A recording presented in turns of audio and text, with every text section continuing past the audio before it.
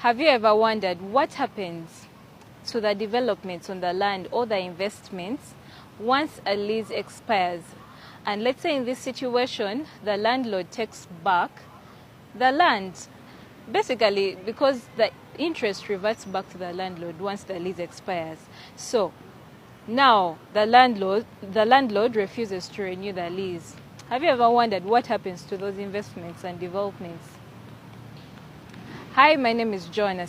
I'm a lawyer, and welcome back to Law with Joan. In today's video, I'm going to talk about what actually happens when a lease expires.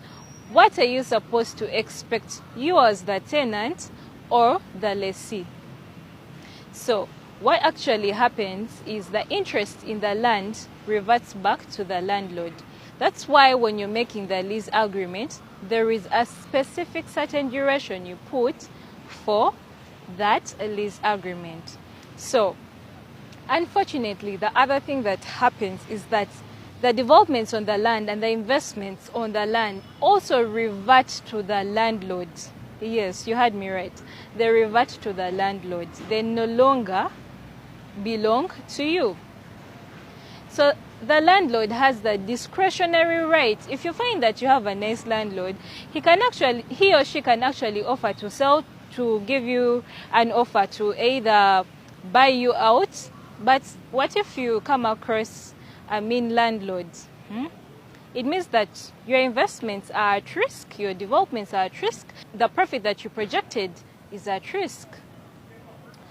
My experience working on leases, I've seen so many people get frustrated by this occurrence.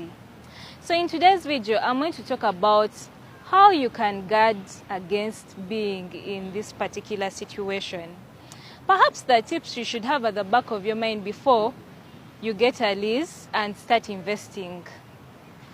So one option that you can consider is that initially when you're making the lease, you can put an automatic renewal clause subject to the lease agreement, so that when the lease expires, it automatically renews itself. So now you're going to be only talking about what premium are you going to pay, what rent are you going to pay.